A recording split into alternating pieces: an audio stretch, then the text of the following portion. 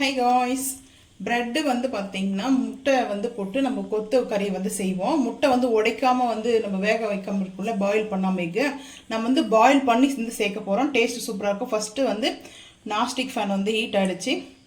கொஞ்சம் ஆயிலு, வெங்காயம் தக்காளி கொஞ்சம் கூட சேர்த்துக்கிறதுனால மசாலாவுக்கு கொஞ்சம் ஆயில் கூட சேர்த்துருக்கேன். உங்களுக்கு வேணால் ஆயில் வந்து நீங்கள் கம்மி பண்ணிக்கலாம். நைட்டு நான் வந்து பார்த்தீங்கன்னா இப்போ நைட்டுக்கு செஞ்சிட்ருக்கேன். கொஞ்சமாக சீரகம், சோம்பு, கடுகு, ஒரு பிஞ்ச் அளவு. முட்டை சேமியா டேஸ்ட்டில் வந்து பார்த்தீங்கன்னா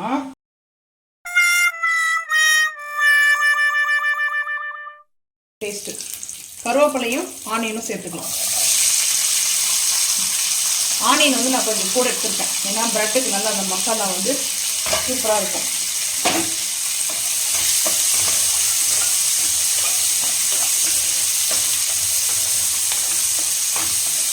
நம்ம இப்போ வதக்கும் போதே சேர்க்க வேண்டியது வந்து பார்த்தீங்கன்னா சால்ட்டு தான்.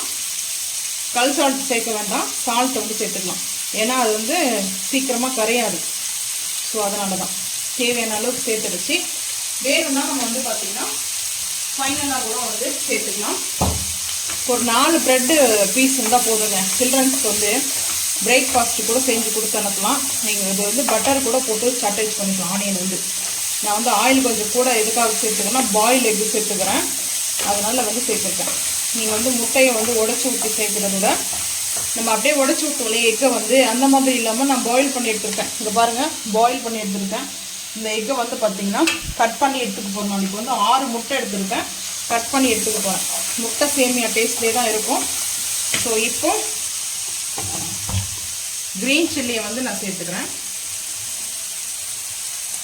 க்ரீன் சில்லி சேர்த்தாச்சு.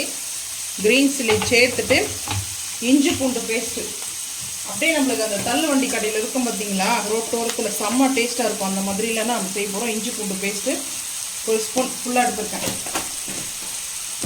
இஞ்சி பூண்டு பேஸ்ட்டு வந்து நான்வெஜ் டேஸ்ட் வரும். ஸோ நல்ல ஒரு டேஸ்ட் கொடுக்கும். அதனால தான் நான் இஞ்சி பூண்டு பேஸ்ட்டை வந்து ஆட் பண்ணிக்கிறேன். தக்காளி வந்து சேர்த்துக்கலாம். தக்காளி வந்து புதுசாக கட் பண்ணி வச்சுருக்க தக்காளி வந்து நான் சேர்த்துக்கிறேன்.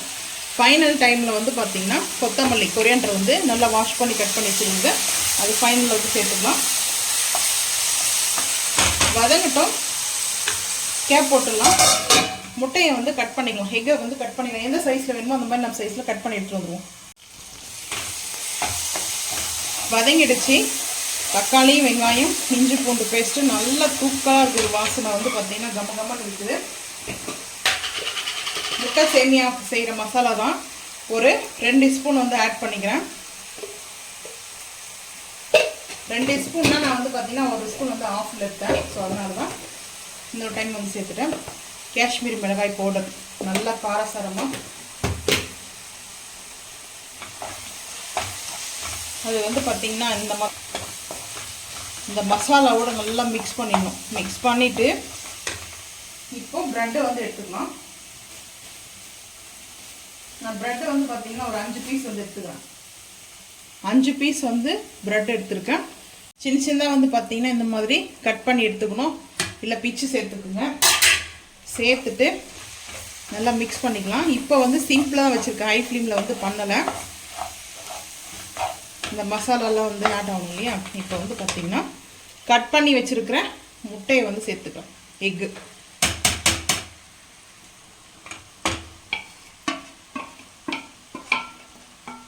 குழந்தைங்களுக்கெல்லாம் நல்லா டிஃப்ரெண்ட்டாக இந்த மாதிரி செஞ்சு கொடுத்து பாருங்கள். டேஸ்ட்டு ரொம்ப சூப்பராக இருக்கும்.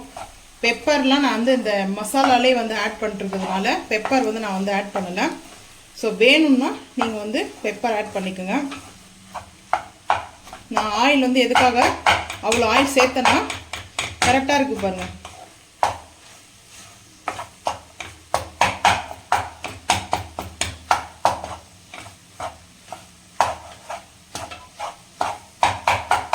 நல்லா ஒரு இரும்பு கடாய் மாதிரி வச்சுட்டு நம்ம இந்த மாதிரி வந்து நல்லா கொஞ்சம் ஃபாஸ்ட்டாக வந்து நம்ம கொத்து பரோட்டா மாதிரி நம்ம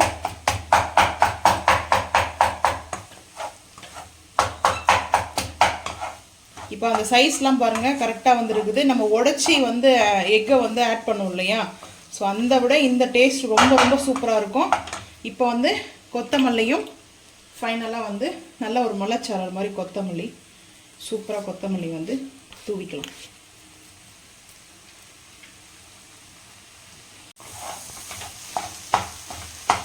கொத்தமல்லி மிக்ஸ் பண்ணிக்கலாம். நம்ம இப்படி தான் வந்து பண்ணும்போது கரெக்டாக வந்து பார்த்திங்கன்னா, ஏன்னா டைம் ஆகுது, நைட் வந்து பார்த்திங்கன்னா ஒரு 9 o'clock ஆகுது. அதனால தான் சவுண்டு ஹெவியாக வந்த அப்புறம் யாராச்சுன்னா நினைப்பாங்க, அதனால தான் சரி ரொம்ப ஃபாஸ்ட்டாக வந்து இது பண்ணல. ஸோ இப்போது முட்டை சேமியா ஸ்டைலில் வந்து பார்த்திங்கன்னா ப்ரெட்டு முட்டை வச்சு கொத்து கறி செஞ்சுருக்கோம். ஸோ சூப்பராக இருக்குது இது. டேஸ்ட் வந்து பார்த்திங்கன்னா அடுப்பை வந்து ஆஃப் பண்ணிடலாம். அடுப்பு ஆஃப் பண்ணிட்டு காரம் எல்லாம் கரெக்டாக இருக்குது, சால்ட்டெல்லாம் நம்ம வந்து ஒரு பிளேட்டுக்கு வந்து சர்வ் பண்ணலாம். வாங்க. பிளேட்டிங் வந்து பார்த்திங்கன்னா சூப்பராக ப்ரெட்டு வச்சு எக்கு வச்சு பார்த்திங்கன்னா எக்கு பாயில் பண்ண எக்கு வந்து டேஸ்ட்டு முட்டை சேமியா மாதிரி இருக்குது. அதுக்கப்புறம் எக் சட்னி வந்து செஞ்சேன்.